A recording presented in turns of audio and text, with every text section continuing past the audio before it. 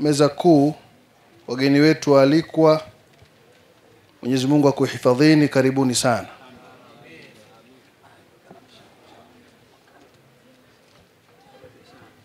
Nikiwa ni mzungumzaji ambaye ninahitimisha, nimefilisika kwa mazungumzo mazuri yenye mwongozo kutoka kwa mashekhe wetu, na yanatupa faraja kwamba tunao ulinzi mkubwa katika akida yetu hii ya kumsifu na kumtukuza, kumheshimisha nabii wetu Muhammad. Mimi niunge maneno yangu ya jana. Ni muumini katika jambo hili juu ya malezi. Jana tuligusa tukasema mtume wetu Muhammad ndiye mlezi mkuu, na hapa ninakumbuka hadithi moja ya mtume wetu Muhammad. Yeye mtume nyumbani kwake kulikuwa watoto wakilelewa, na watoto wakipenda kwenda kwa Nabii Muhammad,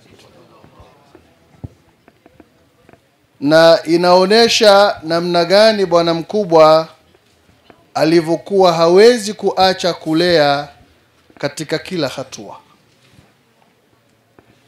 Anakula na kijana mmoja katika sahani moja,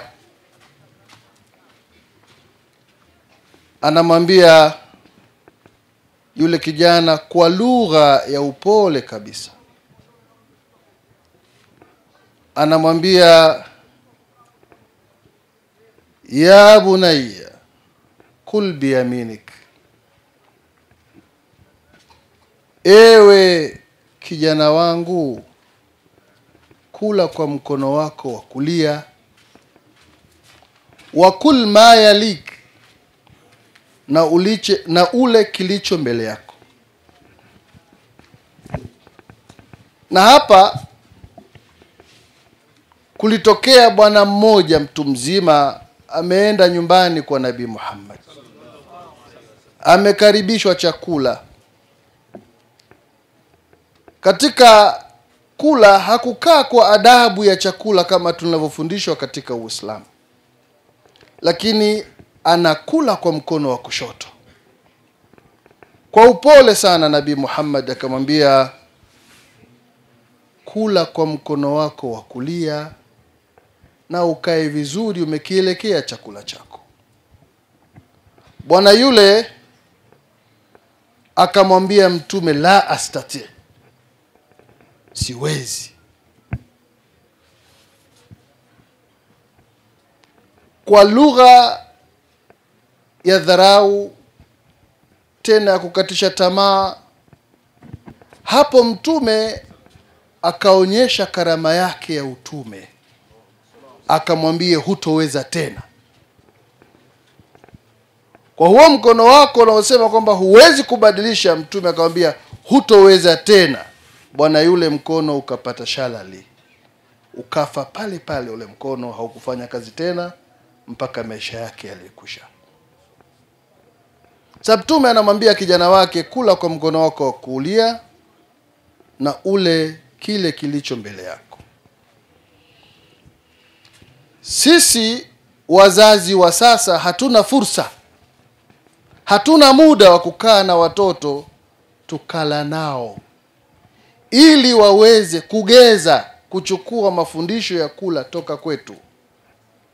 Kwa sababu hiyo, sasa hivi mtoto anakula peke yake, sahani ya pekee, tena amesimama mbele ya TV, anakula bila bismillah. Wala hajali anakula kwa mkono gani, hajali anakunywa kwa mkono gani. Hili ni tatizo kubwa. mimi hupata kuwaambia wanangu kwamba katika kula sijasikia bismillah. Baba tumesema nikamwambia bismillah sio nia ya swala. Kwenye kula bismillah sio nia ya swala. Lazima isikike bismillahirrahmanirrahim. Na hii itakuwa ni faida kwako kijana kwamba unamtaja Mwenyezi Mungu kabla ya kula.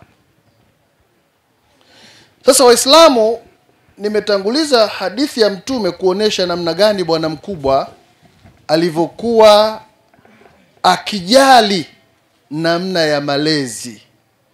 Hata ndani ya Qur'ani, hatuna muda mrefu, katika suratul Luqman, muone Luqmanul Hakim yuko na mwanawe. Qur'ani inatupa habari, tena inatupa habari katika sigha nzuri kabisa ya maneno. Wa idh qala Luqmanu libnihi wa huwa ya'idhuhu, yani hii ni kawaida yake Luqman kila wakati. Wa huwa ya'idhuhu, kawaida yake kuwa anampa nasaha mwanawe kila wakati. Sisi hatuna fursa hiyo. Tumekosea wapi? Sisi tulipokosea, ndugu zangu, ni tokea siku unachagua mama atakayekuwa mama wa watoto wako. Siku hiyo ndiyo tunayofeli. Siku hiyo uliochagua ndio siku ambayo umefeli. Unapokosea kuchagua mchumba, umekosea maisha. Kwa nini hatufuati ule utaratibu ambao Mtume sallallahu alaihi wasallam ametufundisha nao? Ndugu zangu Waislamu watukufu, ukimchagua mama aliye mwema akawa ana mtoto wako, toka siku ya kwanza kumbeba mtoto yule, mama huyu ameanza malezi ya kumlea mwanao. Na wakati anazaliwa yule mtoto, analazimika kunyonya ziwa la mama yake. Leo kina mama kunyonyesha mtoto ni jambo la dharura. Yuko tayari mama kutafuta maziwa ya ng'ombe, yeye asiharibike, mwili wake usiharibike kwa kunyonyesha mtoto. Lakini Qur'ani inatufundisha walwalidatu yurdina auladahunna haulaini kamilaini liman arada ayutimma ar-radhaa. Kunyonyesha mtoto wako miaka miwili ni mafundisho ya dini ya Qur'an, dini ya Uislamu. Naam, sio kumnywesha. Unamnywesha mtoto maziwa. Tunapowanywesha watoto maziwa ya ng'ombe, tujue hakika tunamrithisha tabia ya king'ombe.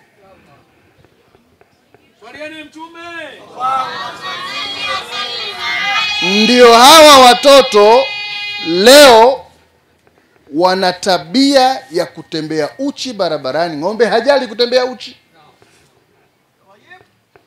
Mvulana anavaa suruali, samahani jamani, inaitwa katake, imenielewa Msichana anavaa skirt, wanaita wenyewe nini vile, kimodo, sikufanya skin tight. Haya ni matukio ya kumnywesha mtoto maziwa ya ng'ombe. Uislamu unatukataza. Kuna siri gani? Niende haraka.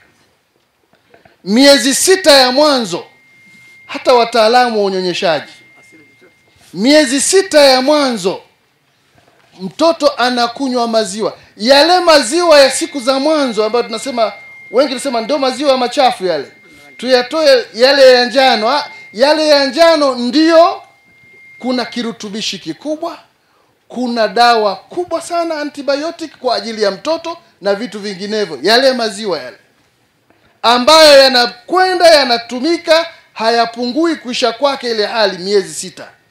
Wataalamu wa unyonyeshaji wanaita hali hii al-hulwan. Miezi 6 hii al-hulwan, kipindi hiki cha miezi 6 ndicho kinamrithisha mtoto kuanza kujua tabia, harufu na mwenendo wa mamake. Na ndio maana mtoto anaanza kumwita mama kabla ya baba.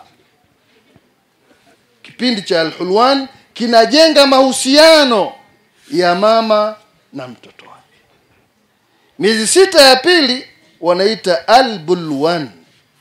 Hii miezi 6 ya pili huwa ndiyo inajenga mahusiano ya baba na mtoto. Kipindi cha 3 cha miezi 6 mingine wanakiita As-Sulwan. Hiki ni kipindi ambacho mtoto anaponyonya kwa mama yake anapata tabia ya mahusiano ya yeye na jamii yake. Nimesahau sehemu ya 4, miezi 6 mingine ambayo inatimiza miezi 24, miaka miwili. Sasa utaona utaratibu wa Mwenyezi Mungu Subhanahu wa Ta'ala unaturekebisha, unatupeleka mahala ambapo mtoto huyu anapata faida ya kutosha. Na watoto walionyonya kwa wazazi wao miaka miwili ni watoto madhubuti kiafya ya akili, afya ya kuona, afya ya kusikia, afya ya kutenda mambo, kwa sababu wamepata vitu vilivyotoka katika mwili wa wazazi wake kamili kama ambavyo Subhanahu wa Ta'ala amekusudia. Kwa hivyo ndugu zangu Waislamu, ndio nikasema kwamba tunapokosea sisi ni hapa mwanzo wa ulezi. Siku 0 ya kwanza ya mtoto anapoingia tumboni, zile wiki 36 au 37 analelewa kwa misingi ya Qur'ani na Sunna ya Mtume Muhammad sallallahu alaihi wasallam. Mtume anawaagiza mabibi fulani akiwemo Aisha kwenda kumuombea dua Fatima katika kipindi cha ujauzito wake mpaka kuzaa mwanawe. Na Mtume ametuonesha namna gani ya kufanya ndani ya masiku 7 au 14 au 21 tuwafanyie nini watoto wetu. Sisi Waislamu tuna fail. Akizaliwa mtoto tunaambiwa kuna sinia. Nini wanaita karai sijui? Beseni hilo balaa tupu. Na hilo beseni ndio ambalo linaleta ainun. Wataalamu mashekhe wako hapa. Ain, kijicho kwa beseni la mtoto wako. Hakutolewa adhana, hakuombewa dua, hajafanyiwa hakika, beseni. Inna lillahi wa inna ilaihi raji'un. Watu wa pwani kuna kitu wanaita zongo. Wanajua watu zongo. Haya ndio mambo ya aini ambayo yanapatikana kwa wanadamu. Mtume ametufundisha dawa na taratibu za kufanya kwa watoto wetu wasidhurike. Sisi tunakosea. Na mwisho kabisa nimalize kwa kusema kuwa watoto wetu wale akina panya rodi wamekosa kitu. Watoto wa mbwa, kuna watoto sijui wa farasi, kuna kitu wamekosa. Walichokikosa ni malezi. Pengine baba hayupo au pengine hayupo mama katika nyumba, na wazazi hawa wanabishana namna ya ulezi, hasa wanapokuwa hawakuchaguana vizuri na tayari wameshindwana. Sasa wanapambana namna ya malezi ya mtoto. Mtoto anaangukia katika upanyarodi. Ndio maana tukasema kwamba serikali sasa itusaidie kuwaacha watoto wetu warudi katika mamba at-tarbia, nayo ni madarisi za Kiislamu. Madrasa hizi ndizo zinazolea. Hakuna maneno ya mtoto kuchanganyikiwa. Wazazi wa Kiislamu sasa, mtoto wangu anasoma shule na madrasa atachanganyikiwa. Inahitamiliwa kwamba Qur'ani mtoto anaposoma anachanganyikiwa. Sio kweli. Sisi tunaosema tumesoma shule na tumesoma madrasa. Na uzuri wa Qur'ani, nataka niwaambie vijana wangu, uzuri wa Qur'ani unapohifadhi ndio sumaku ya masomo mengine. Mimi sijui lini nilifeli shule. Sijui lini nilifeli. Kushika hiyo namba ya 3 sijui. Paka namaliza masomo. Na hata leo nikisoma na kijana mdogo ajitayarishe. Kwa sababu kumetangulia Qur'an. Kwa hiyo madrasa zipate nafasi ya malezi, ndiko kunapatikana malezi sahihi. Madrasa panafundishwa Mwenyezi Mungu. Madrasa, mtoto akisoma madrasa hawezi, elimu nyingine inakuja, hahitaji kufundishwa, inakuja tu kwa sababu kumeanzwa madrasa.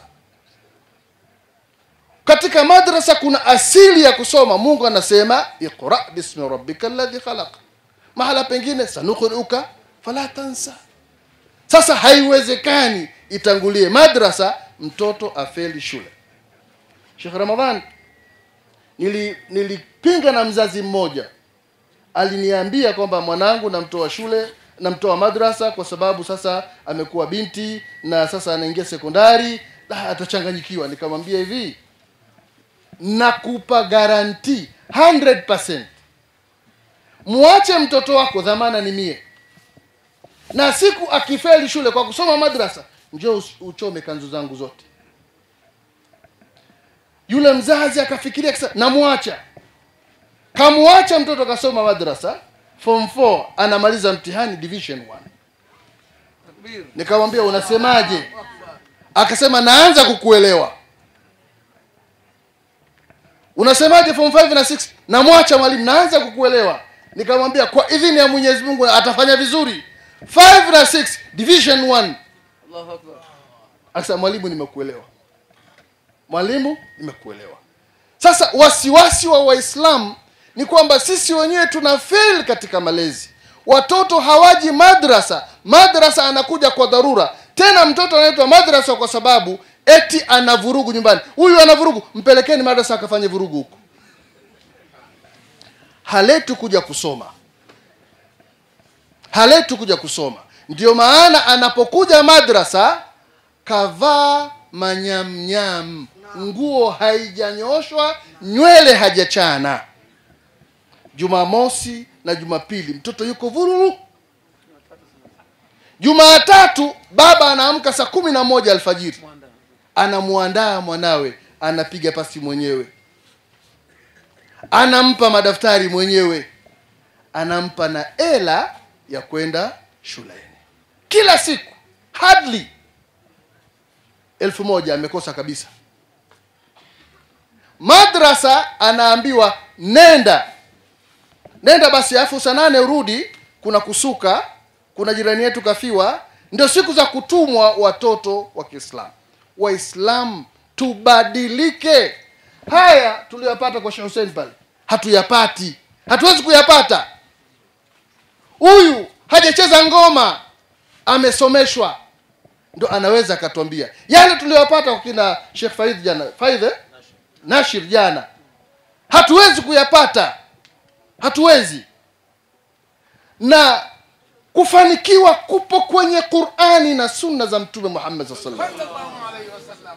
Sisi tumekosa subira, tuna uvumilivu tu, tumekosa subira. Na subira haiji ila kwa muumini. Maana yake sisi sio waumini, maana yake sisi sio waumini. Ndugu zangu Waislamu, mimi nina mifano mingi, napenda kuambia siku zote juu ya kusoma. Watoto wetu wapate fursa ya kusoma madrasa, na sisi walimu wa madrasa tubadilike sasa, twende na ulimwengu, tusikae ule walimu wa kizamani. Twende na ulimwengu unavyokwenda. Dini yetu imetangulia mbele maendeleo kabla ya jambo lolote. Dini yetu, Qur'ani iko mbele. Maneno yaliyosemwa na Mtume Muhammad miaka 1400 iliyopita, leo ndio ulimwengu unagundua kutembea kwa jua. Mtume kasema miaka 1400 iliyopita. Juzi ndio wazungu wanasema jua linatembea. Mtume subhanahu wa ta'ala, Allah ametueleza ndani ya Qur'ani milima inatembea kama mwendo wa mawingu. Leo ndio wanakubali, wanaanza kukubali leo. Lakini sisi Qur'ani yetu imetuambia mambo mengi sana. Mwaka 1979 wa Marekani, mtaalamu mmoja wa Marekani ndio alikubali maneno ya hadithi ya Mtume sallallahu alaihi wasallam juu ya nzi anapozama katika kinywaji, kumzamisha kwanza mzima mzima, umtoe unywe kinywaji chako. Ndio wamekubali miaka ya 79. Wamekubali kwamba najisi ya mbwa ama nguruwe kuoshwa kwa mchanga ndio inaondoa jarathimu, wale germs wanaodhuru. Bila ya mchanga hawaondoki. Sabuni haifai, mchanga ndio unaondoa. Wamekubali 1979. Wamekubali. Mtume akasema miaka 1400 iliyopita. Kwa hiyo ustaarabu uko kwenye Uislamu. Ustaarabu uko kwenye Uislamu. Uislamu ndio unatufundisha ustaarabu.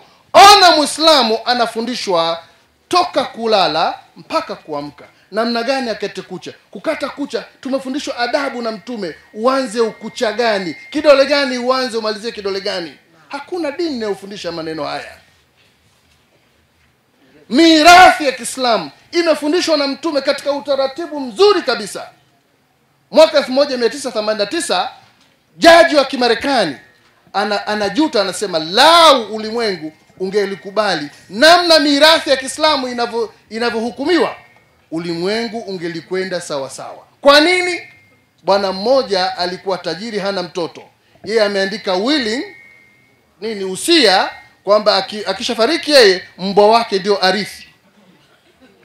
Kwa hiyo siku ile jaji anamkabidhi mbwa mirathi yake, yule mwangalizi wa mbwa kamleta mbwa mahakamani, anaonyeshwa mbwa documents. Akionyeshwa sasa, jaji mwisho anauliza, mbona si tunampa kinafanya? Anasema ndio anavyokubali hivyo. Ile ndio anakubali, ndio. Yule jaji akasema, hakika Uislamu upumbavu huu ungeutupilia mbali. Hata kama akasema sharifu, huu upumbavu ungetupilia mbali. Kwa sababu gani? Usia unakubalika katika utaratibu. Kwa hivyo ndugu zangu, nitasema sana, lakini nataka niseme tu kwamba tumepotea step. Tulipofeli ni katika malezi. Waislamu tumeanguka kabisa. Hatuna utaratibu wa malezi alivyotufundisha Mtume Muhammad sallallahu alaihi wasallam. Adab iko madrasa. Sisi tuna adabu kwa sababu tumepita madrasa. Na leo serikali inafaidika kupitia kwetu kwa sababu tumepita madrasa. Sasa kama madrasa inadharaulika, tusikubali. Sheria ya shule, sheria ya serikali hii ya Tanzania, mwisho kusoma mtoto saa 8:30 ndio sheria. Hii saa 9 ni upumbavu wa wazazi na walimu wao. Inawezekanaje? Kwamba wewe mwalimu kufikisha hukumaliza syllabus yako ni ujinga wako, hujui, huna mbinu za kufundisha. Wewe umefail, kaa pembeni.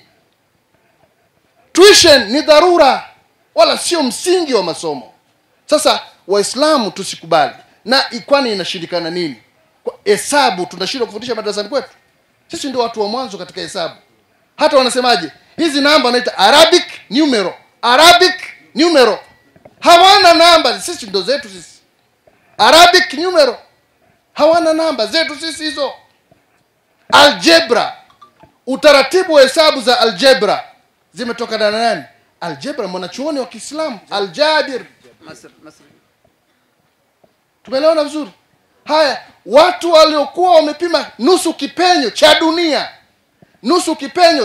ile hesabu ya pai ile, si mnazijua? Imamul Ghazali ndio mtu wa mwanzo kuonesha nusu kipenyo cha dunia, na ndio alothibitisha dunia ni duara. Hizi ilmu zinapatikana kwetu. Kwani tudharau cha kwetu? Kudharau cha kwako wallahi ni mtumwa.